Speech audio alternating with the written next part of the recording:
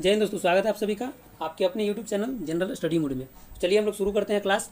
आज का क्लास जो होगा आपका रसायन विज्ञान का।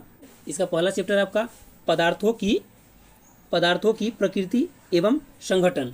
और ये चैप्टर शुरू करते हैं। इसमें ज़्यादा प्रश्न नहीं, इसमें मात्र 15 प्रश्न ही है। और इससे आगे बढ़ेंगे तो इसमें प्रत्येक चैप्टर में प्रश्नों की संख्या बढ़ते जाता है। तो आगे हम लोग ऐसे ही करेंगे। फिजिक्स, केमिस्ट्री, बायोलॉजी तीनों में से आपका चैप्टर वाइज चलेगा क्लास। तो आप लोग देखना नहीं भूलिएगा और ज़रूर देखिएगा। आपका बिहार पुलिस का, बिहार एसएससी का जो इंट्रेंस करिए है वो दोनों में आपका बहुत ही हेल्प करेगा। और साइंस का है प्रश्न ये, तो आपको रेलवे का किसी भी एग्ज़ाम को अगर ले लिया जाए तो रेलवे के किसी भी एग्ज़ाम में साइंस से प्रश्न पूछा जाता है, तो उसमें भी आपको ये फ़ायदा करेगा। तो आप लोग देखिएगा ज़रूर, देखना नहीं भूलिएगा। चलिए शुरू करते हैं। पहला प्रश्न है आप लोगों का, पहला प्रश्न है एक ही प्रकार के परमाणुओं से मिलकर बना पदार्थ क्या कहलाता है। तो एक ही प्रकार के परमाणु से मिलकर बने पदार्थ को क्या कहते हैं? तत्व कहते हैं।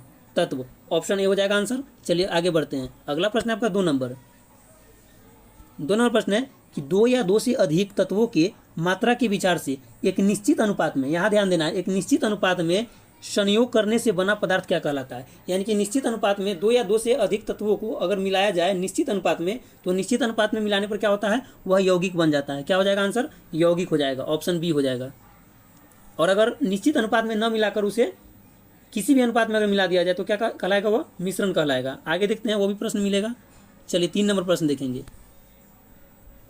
3 नंबर प्रश्न है आपका 3 नंबर, 2 या 2 से अधिक शुद्ध पदार्थों को किसी भी अनुपात में मिला देने से बनता है। इसका आंसर क्या हो जाएगा? इसका आंसर हो जाएगा आपका ऑप्शन सी हो जाएगा, मिश्रण हो जाएगा।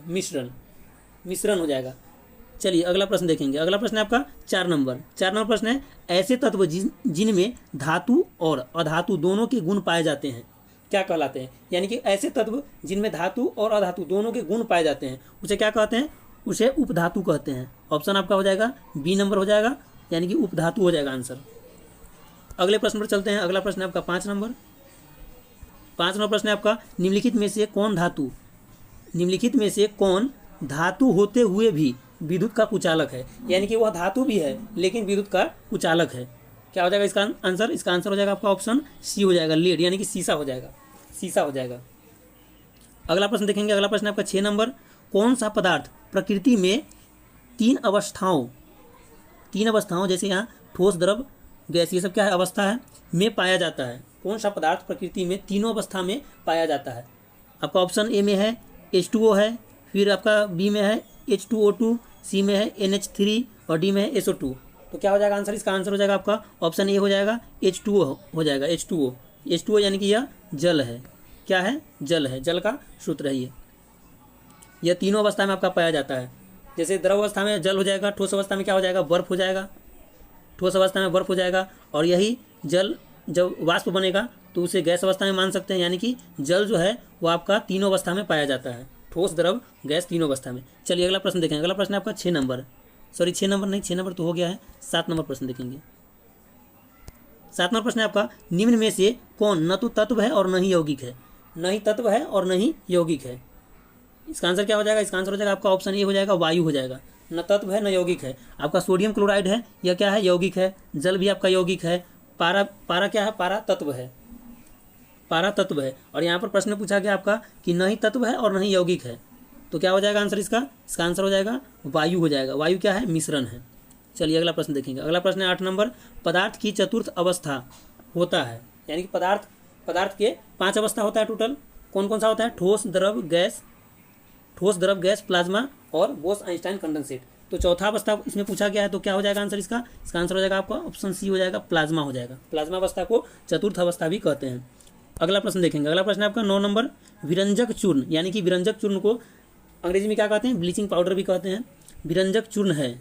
विरंजक चूर्ण क्या है? कैसा है? कैसे प्रकृति का? यानी कि पदार्थ जो है वह कैसा है? यौगिक है, तत्व है, मिश्रण है, अपरूप है। क्या हो जाएगा इसका आंसर? विरंजक चूर्ण क्या हो जाएगा? विरंजक चूर्ण आपका क्या हो जाएगा? यौगिक हो जाएगा। यौगिक, ऑप्शन बी हो गया। आंसर इसका हो जाएगा यौगिक। क्योंकि यौगिक, तत्व और मिश्रण, ये तीनों में पहचान करने का एक अच्छा तरीका है।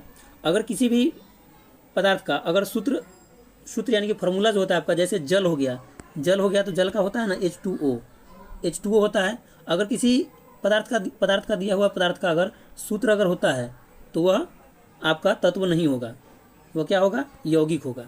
तो ये ध्यान में रखिएगा। हाँ, विरंजक चूर्ण जो है वो आपका तत्व अलग अलग तत्वों से मिलकर बना हुआ है, तो इसे हम क्या कह सकते हैं, यौगिक कह सकते हैं, यह तत्व नहीं होगा। तो यौगिक को पहचान करने का तरीका है इसमें। चलिए अगला प्रश्न देखते हैं। अगला प्रश्न है आपका 10 नंबर। 10वां प्रश्न है आपका कि वायु क्या है। वायु एक मिश्रण है। आंसर क्या हो जाएगा, सी हो जाएगा। वायु मिश्रण है, क्योंकि जानते हैं कि वायु में विभिन्न प्रकार के गैसें पाए जाते हैं, जैसे नाइट्रोजन हो गया, ऑक्सीजन हो गया, आर्गन हो गया, और बहुत सारा इसमें गैस पाया जाता है, कार्बन डाइऑक्साइड हो गया।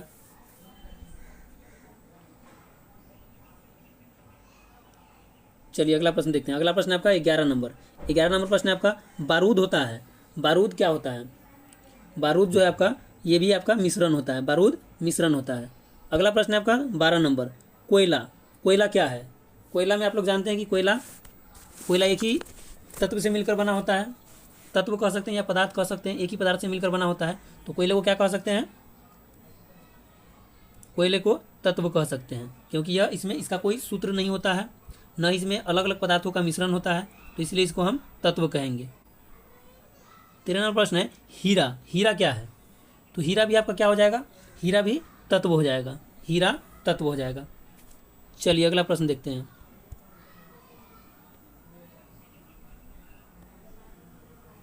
अगला प्रश्न है आपका 14 नंबर। 14वां प्रश्न है विश्व का प्रत्येक पदार्थ अत्यंत सूक्ष्म कणों से मिलकर बना होता है। यह सर्वप्रथम किसने कहा था, यानी सर्वप्रथम किसने कहा था कि विश्व का प्रत्येक पदार्थ अत्यंत सूक्ष्म कणों से मिलकर बना होता है। इसका आंसर क्या हो जाएगा, इसका आंसर हो जाएगा आपका ऑप्शन बी हो जाएगा, कनाद। यानी कि ऋषि मुनि कनाद ने कहा था कि विश्व का प्रत्येक पदार्थ जो है अत्यंत सूक्ष्म कणों से मिलकर बना होता है। चलिए अगला प्रश्न देखते हैं। अगला प्रश्न है आपका 15 नंबर, और यह लास्ट प्रश्न है। छोटा सा चैप्टर था, और कल से जो होगा आपका वो सब चैप्टर में आपका प्रश्नों की संख्या ज़्यादा है, तो उसमें थोड़ा टाइम लगेगा। ये इसमें 15 ही प्रश्न था, तो कल से करेंगे। कल से रेगुलर रहेगा क्लास आपका, फिजिक्स, केमिस्ट्री और बायोलॉजी तीनों से आपका मिक्स करके चैप्टर वाइज रहेगा, और प्रीवियस ईयर का प्रश्न रहेगा। 15 नंबर प्रश्न है आपका निम्नलिखित में से कौन सा एक तत्व है। तो इससे पहले वाले प्रश्न में हम लोग पढ़ चुके हैं कि हीरा जो है क्या है, हीरा एक तत्व है। आंसर हो जाएगा आपका हीरा हो जाएगा। तो आप लोग देखिएगा क्लास, और आज तो प्रश्न बहुत कम है, इसमें 15 ही प्रश्न है, और कल से आप लोग का रेगुलर चलेगा क्लास, तो देखना नहीं भूलिएगा आप लोग। धन्यवाद।